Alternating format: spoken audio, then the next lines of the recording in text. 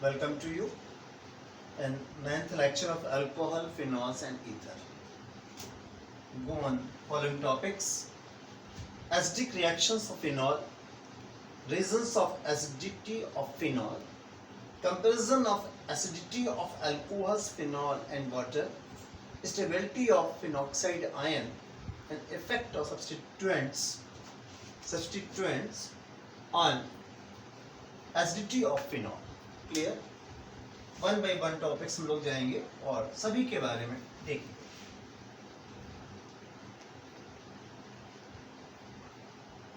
First we go acidic reactions.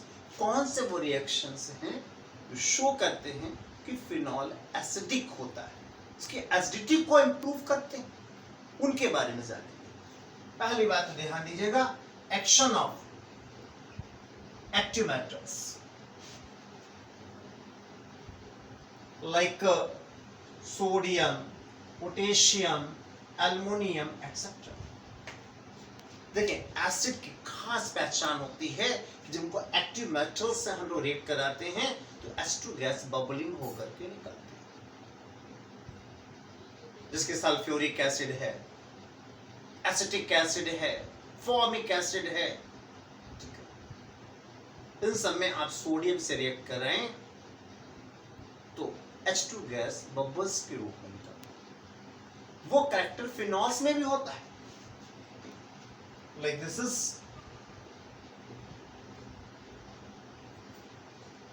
When you react sodium, it gives sodium phenoxide, this H2 gas. The evolution of H2 gas by the action of active matters shows its acidic character. ठीक है, ये acidic character, ये sodium phenoxide बनेगा. In the same way, action of bases like NaOH, KOH. This is NaOH means caustic soda. When you react phenol with NaOH, it also gives sodium phenoxide and water. Hence, it is a base and it behaves as acid to give sodium phenoxide and water, just like neutralization reaction. Clear? तो ये reactions improve करते हैं phenol is acidic. Clear? अब इसकी acidity का कारण क्या है, आइए वो देखते हैं. एक्चुअल है कि यहां पर जो एसिडिक कैरेक्टर होगा हमारे पास में, तो ध्यान से देखिएगा, ये हमारे पास में H जुड़ा हुआ है. एसिडिक कैरेक्टर का मतलब है दिस बॉन्ड इज ब्रोकन, ये बॉन्ड ब्रेक होगा और H प्लस आपका आउट हो जाएगा. ठीक, तो ये बॉन्ड जितना वीक होगा उतनी जल्दी H प्लस रिमूव होगा. अब ये बॉन्ड वीक कब होगा, जब इलेक्ट्रॉन जो है आपके इधर डिस्पर्स हो. कैसे ये बॉन्ड वीक होगा, आइए वो देखिए. तो कॉज क्या है हमारे पास में, कॉज ऑफ एसिडिटी, और वो क्या है हमारे पास में, resonance in benzene ring by dispersing electron lone pair of oxygen atom in ring. Oxygen का एक इलेक्ट्रॉन पेयर बेंजीन रिंग में डिस्पर्स होगा. कैसे डिस्पर्स होगा, आइए वो देखिए.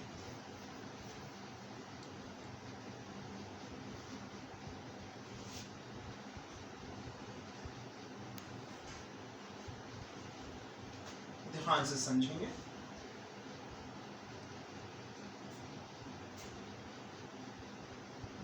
It is a phenol. Hence, this is electron lone pair are present. This electron lone pair dispersed into benzene ring. Now, on this carbon atom, already 4 bonds are completed आज भी electron आएंगे तो होगा क्या?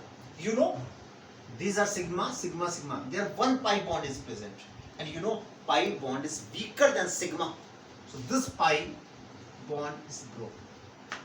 The pi electrons dispersed on this carbon atom, then what happens?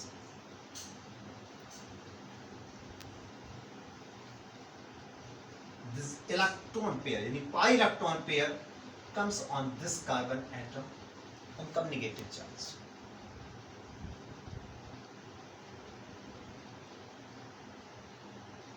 अब इस carbon पर क्या होगा? पॉजिटिव चार्ज आएगा, और यहां से जो इलेक्ट्रॉन पेयर आपका आ रहा है, ठीक, उसका एक इलेक्ट्रॉन आकर के पॉजिटिव चार्ज को खत्म कर देगा, और एक इलेक्ट्रॉन यहां जो इलेक्ट्रॉन आया है उसके साथ पाई बॉन्डिंग कर देगा। तो ये ऑक्सीजन और कार्बन के बीच में partial double bond character produce हो जाएगा। अब देखें इस ऑक्सीजन का इलेक्ट्रॉन लोन पेयर डिस्पर्स हुआ, इससे क्या होगा? It got positive charge. Positive charge produced on this oxygen atom. Again, what happens?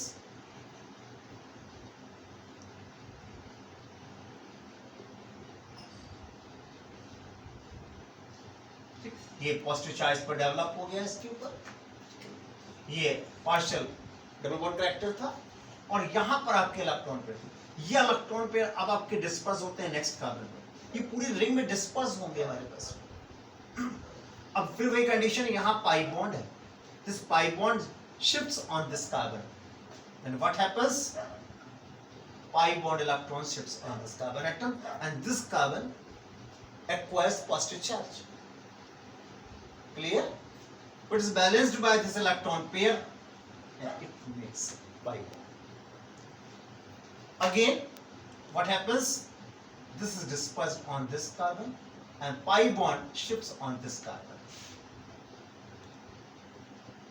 In this way,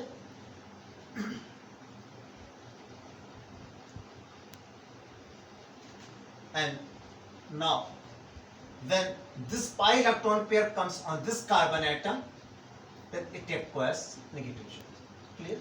Now this carbon becomes positive, which is balanced by this electron pair and with pi bond.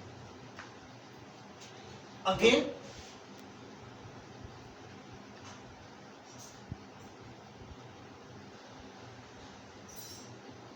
what happens? This electron pair shifts on this carbon, and pi electrons again shifts on. Then it comes in first structure, and the pi bond becomes. This is first, second, third, fourth, and this is again first structure. Tick. It shows resonance between these structures. तो आप देख रहे हैं यहां पर maximum time जो oxygen electron pair है वो बेंजीन रिंग में डिस्पर्स है। ऐसे में क्या होगा? ऑक्सीजन एटम पर पॉजिटिव चार्ज प्रोड्यूस होगा, इसकी इलेक्ट्रोनेगेटिविटी, ठीक है ना, लो रहेगी। ऐसे में क्या होगा? जिसके पॉजिटिव चार्ज होगा तो यहां के इलेक्ट्रॉन पेयर को अपनी ओर ये खिंचाव करेगा, और ये बॉन्ड इजीली ब्रेक हो जाएगा। ये इसके एसिडिक कैरेक्टर होने का कॉज। ठीक, और आगे आपको इसी में चैप्टर में हम लोग पढ़ेंगे नेक्स्ट लेक्चर में, ठीक है, इसके सब्स्टिट्यूशन रिएक्शंस पढ़ेंगे हम लोग, ठीक, जहां पढ़ेंगे हम लोग electrophilic substitutions, halogenation, nitration, sulphonation. वहां मैं आपको बता दूं कि OH जो है आर्थो पैरा डायरेक्टिव होता है। वाई? आप देख रहे हैं ortho position, para position, again ortho position. Ortho para position पर इलेक्ट्रॉन डेंसिटी मैक्सिमम चल रही है, ठीक, तो electron density is maximum on ortho and para positions. So what will be? Phenol is ortho and para directive. एक बात आपको यहां से ये भी मालूम, ठीक है, क्लियर। नाउ अगेन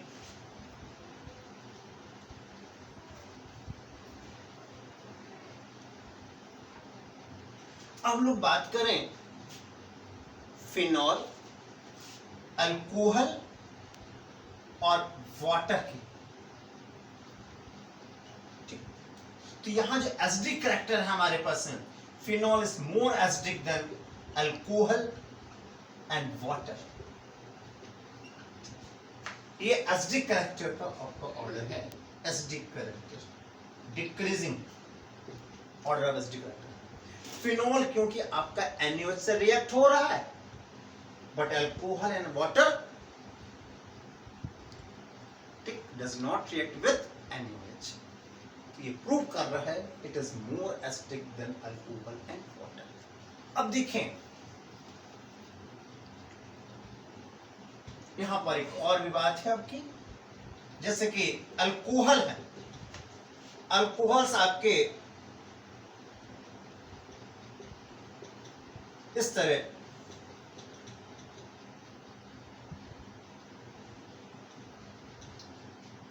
आयनाइज होते हैं, ये बन रहा है अल्कोक्साइड है। फिनॉल्स में बात करें हम लोग, like this is, it gives phenoxide ion. This is benzene ring. Also you can represent in this way. तो यहां पर ये फिनॉक्साइड आयन बन रहा है, यहां अल्कोक्साइड आयन बन रहा है। अब ध्यान दीजिएगा, यहां पर जो आपका ऑक्सीजन एटम है, जब ये आपका यहां जुड़ता है इस कार्बन से, इस कार्बन पर sp2 हाइब्रिडाइजेशन, और यहां पर जैसे कि मान लीजिए हम लोग मेथाइल अल्कोहल ले लें, एथाइल अल्कोहल ले लें, तो यहां पर इस पर कौन सा है, sp3 हाइब्रिडाइजेशन। फिनॉल में oxygen atom is bonded with sp2 hybridized carbon atom, and in alcohol oxygen atom is bonded with sp3 hybridized oxygen atom. And you know sp2 is more electronegative than sp3. जहां sp2 होता है hybridisation, वहां electronegativity ज्यादा होती है। तो ऐसे में क्या होगा हमारे पास में कि यहां का जो इलेक्ट्रॉन पेयर है आपका, उसका खिंचाव इधर नहीं होगा, इधर। क्लियर? और यहां पर जो इलेक्ट्रॉन पेयर है वो ऑक्सीजन की ओर ज्यादा डिस्प्लेस होगा, यहां पर कम डिस्प्लेस होगा। जब कम डिस्प्लेस होगा तो ऑक्सीजन इस बॉन्ड को अपनी ओर अधिक खींचेगा, तो यहां OH में पोलैरिटी ज्यादा होगी। Polarity in OH bond will be greater in phenol compared to alcohol due to high polarity of OH bond. Clear? This bond is broken easily compared to alcohol. Clear? अब एक बात और ध्यान रखिएगा, हम इन दोनों की बात करते हैं, ये अल्कोक्साइड आयन है और फिनॉक्साइड। इसमें phenoxide ion is more stable then alkoxide ion, it is more stable, और ये लेस स्टेबल है। क्यों लेस स्टेबल है? उसका रीजन ये है कि इसका जो चार्ज है वो यहीं पर रहता है, यहां कार्बन चेन पे डिस्पर्स नहीं होता है, बट इसका जो नेगेटिव चार्ज है वो बेंजीन रिंग में डिस्पर्स हो जाता है। ठीक, तो आइए देखते हैं what is the reason of stability of phenoxide ion. Stability of phenoxide ion, क्या रीजन है, आइए वो देखते हैं।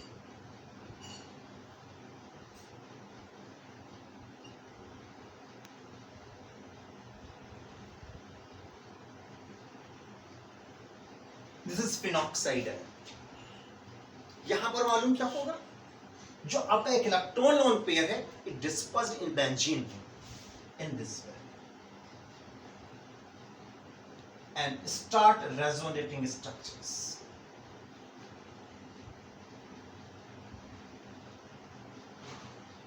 अब देखें यहां पर ये पाई इलेक्ट्रॉन अब इसमें शिफ्ट हो गए. Now what happens, this carbon acquires negative charge, और यहां का हमारे पास में जो आपका इलेक्ट्रॉन पेयर आया, यहां जो पॉजिटिव चार्ज डेवलप हुआ होगा उसको खत्म कर देता है. क्लियर? यानी यहां पर नेगेटिव चार्ज खत्म हो गया. नेगेटिव चार्ज कहां चला गया? बेंजीन रिंग में. क्लियर? तो यहां पर अटैक होने के चांसेस कम हो गए, और अल्कोहल में O पर फिक्स रहता है charge. Now what happens, this sits on this carbon and pi electron sits on this carbon.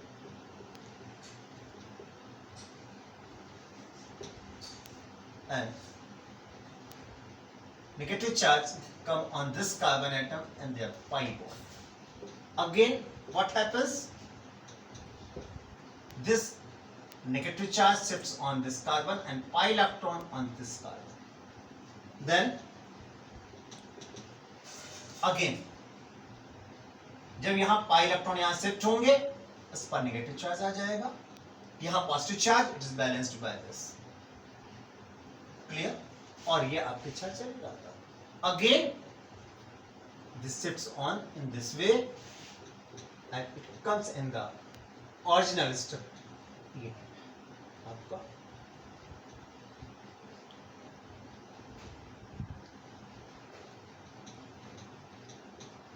और ये फिर से आपका जो है इस कंडीशन में आता है. तो ये first, second, third, fourth, fifth ये स्ट्रक्चर ये देख रहे हैं, रेजोनेटिंग स्ट्रक्चर शो कर रहे हैं. तो फिनॉक्साइड के अधिक स्टेबल होने का रीजन क्या है? कि इसका नेगेटिव चार्ज जो है ऑक्सीजन का वो बेंजीन रिंग में डिस्पर्स होता रहता है. क्लियर? नाउ अगेन अब देखते हैं कि फिनॉल में कोई सब्स्टिट्यूएंट्स यदि अटैच्ड हैं, उनका क्या असर पड़ेगा एसिडिक कैरेक्टर पर. जैसे कि ध्यान दीजिएगा,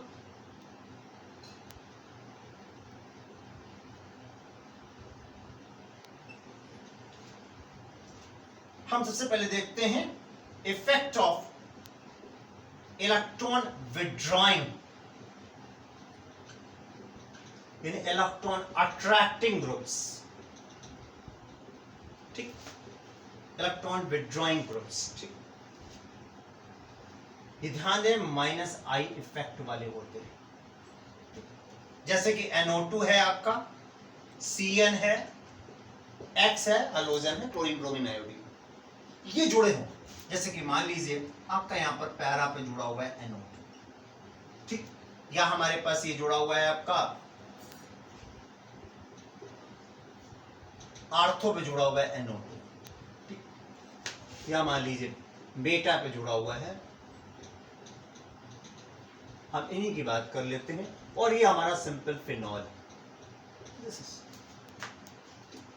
ये क्या है? पैरा नाइट्रोफिनॉल, और ये आर्थो, ये मेटा, और ये फिनॉल है. यहां इलेक्ट्रॉन विड्रॉइंग ग्रुप है, इलेक्ट्रॉन अट्रैक्टिंग ग्रुप है. ठीक, तो क्या करेगा? यहां से जो आने वाले इलेक्ट्रॉन आपका जो उधर उतर रहा था, ये आपका यहां का इलेक्ट्रॉन पेयर डिस्पर्स होकर बेंजीन रिंग में आ रहा था ना, ये क्या करेगा? उसको अपनी ओर खींचेगा, पुलिंग फोर्स लगाएगा.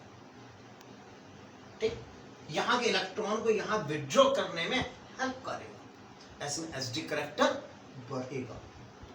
तो कभी भी इलेक्ट्रॉन विड्रॉइंग ग्रुप होंगे तो एसिडिक कैरेक्टर बढ़ जाएगा. और ये सबसे अधिक कहां होता है? पैरा में. उससे कम है आर्थो में, उससे कम है आपका मेटा में, ये मेटा है. ठीक, उससे कम है फिनॉल. अब ये पैरा में क्यों अधिक है? क्योंकि पैरा और आर्थो पर आपको मालूम इलेक्ट्रॉन डेंसिटी ज्यादा होती है, यहां से इलेक्ट्रॉन पुलिंग फोर्स ज्यादा लगता है इजीली कंपेयर टू मेटा. और पैरा आपका सिमेट्रिक है इन दोनों में. ठीक, सिमेट्रिक होने के कारण यहां पुलिंग फोर्स सबसे अधिक है. तो कभी आपका क्वेश्चन है अजय, ठीक, कि पैरा नाइट्रोफिनॉल, आर्थो नाइट्रोफिनॉल, ठीक है ना। मेटानाइट्रोफिनॉल, फिनॉल का एसिडिक कैरेक्टर का ऑर्डर क्या है, ये डिक्रीजिंग ऑर्डर। ठीक, अब देखते हैं नेक्स्ट इफेक्ट ऑफ इलेक्ट्रॉन।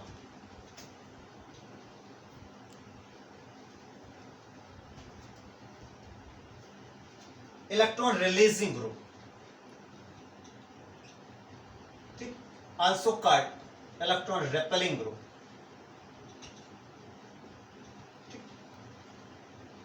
ये आपके प्लस आई इफेक्ट वाले ग्रुप, जैसे कि एल्कोक्सी ग्रुप है आपका, मेथॉक्सी, या आपके NH2 ग्रुप है, ठीक, अल्काइल ग्रुप है, इनकी बात करते हैं। ठीक, जैसे कि अब आपका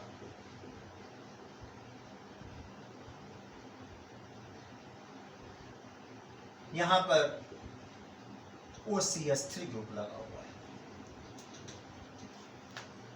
इसकी बात करते हैं। यहां पर इसकी प्रेजेंस में एसिडिक कैरेक्टर डिक्रीज कर जाएगा, वहां इंक्रीज कर रहा था, डिक्रीज क्यों? क्योंकि इलेक्ट्रॉन रेपेलिंग ग्रुप है, यहां से जो इलेक्ट्रॉन इधर आ रहे थे उनको ये रेपेल करेंगे, वापस इलेक्ट्रॉन रिलीज करते हैं, खुद इलेक्ट्रॉन रिलीज करके यहां भेजने की कोशिश करेंगे, ऐसे में यहां का इलेक्ट्रॉन वापस भागेगा, तो यहां ऑक्सीजन का इलेक्ट्रॉन यहां डिस्पर्स नहीं हो पाएगा ठीक से, उसको डिस्पर्स होने में प्रॉब्लम होगी, तो यहां पे एसिडिक कैरेक्टर डिक्रीज कर जाएगा। क्लियर?